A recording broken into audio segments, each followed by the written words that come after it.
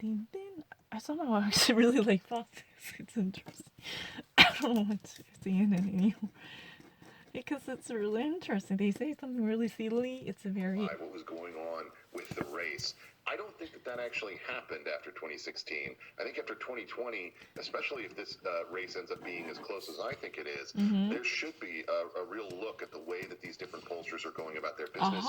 We saw the NBC Wall Street Journal poll, for instance, over this weekend, choose to not even have a likely voter screen. Instead, they stuck with registered voters this time around because they don't feel that they have the confidence to identify who is actually going to vote. And I think that speaks to the uncertainty of this moment, particularly within the context of a pandemic where so many people are voting by mail or doing it in different ways as opposed to the.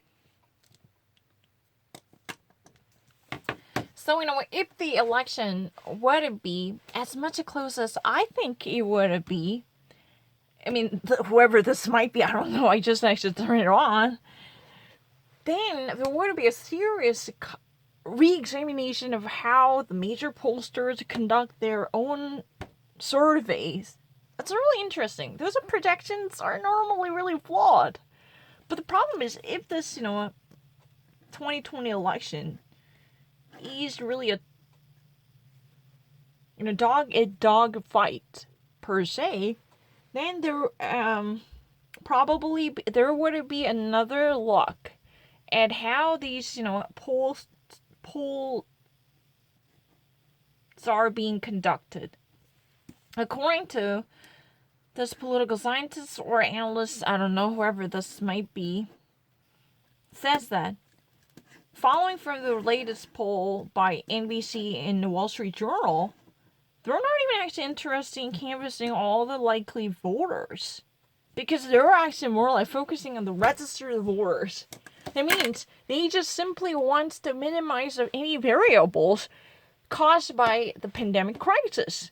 That's what it is now. Then this means their polls could be subject to inaccuracy. But who knows what would happen? Many of the registered voters might actually not come out, and there had been so many mail-in ballots already cast by voters.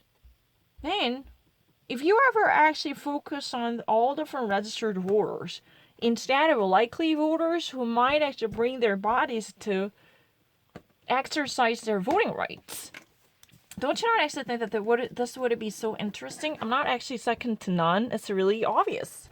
I don't think, making myself compared to that kind of person is very hideously annoying, tell the truth. Because it's simply jumping into the middle of a conversation, I can still manage to understand everything. It's really kind of ridiculously pathetic, I'm not really so sure how much he or she would be familiar with the Washington culture, but it's really not a great difficulty for me.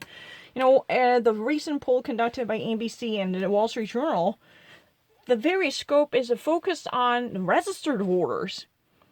That means those people who already actually recognized their interest many years ago as voters and renewed their voter registration once more, then in a group sense, they're actually calculated, they're already actually, once more taken into account in terms of projecting the likely winner of this election.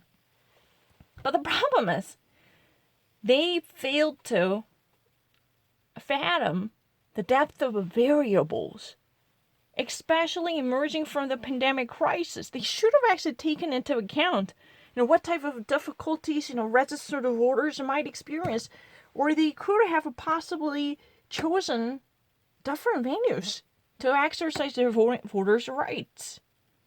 Their voting rights could be expressed in a different way. Maybe. Who knows?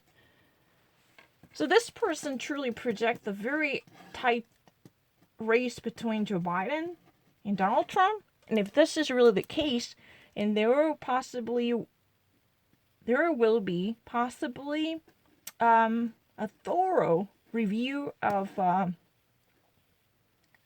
the conduct of pollsters, or the way polls are being canvassed.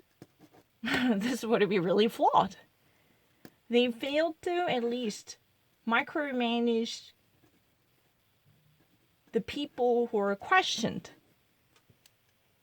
then this type of erroneous decisions caused by their their failure to incorporate the number of people who could eventually be part of the ballot box. I mean, this type of chaotic calculation should be re-examined and kill hold. That's really the argument. I don't actually think, there had been any type of ambiguous expression there. He basically says that many of the major pollsters, like Gallup poll or Quinnipiac poll, whoever they might be, they somehow had a very fixed and hidebound notion in terms of analyzing the voters, the real people who could hit the polling stations on the election day. So this might actually this type of numbers, think about it, these digits that are actually collected might not immediately translate into the actual ballots earned by each candidate. There is a significant chasm and dissonance between the actual projected ballots and the actual ballots, the stuffing in the box. And where would you actually find this dissonance? What's the cause of it?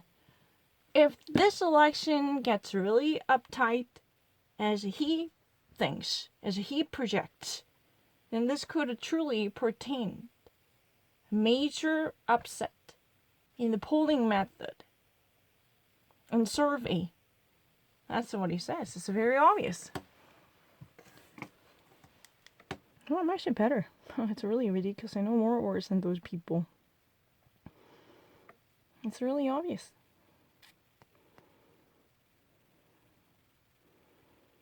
No, I'm not cold at all. I know more words than them. I can demonstrate it. I really actually do know more words.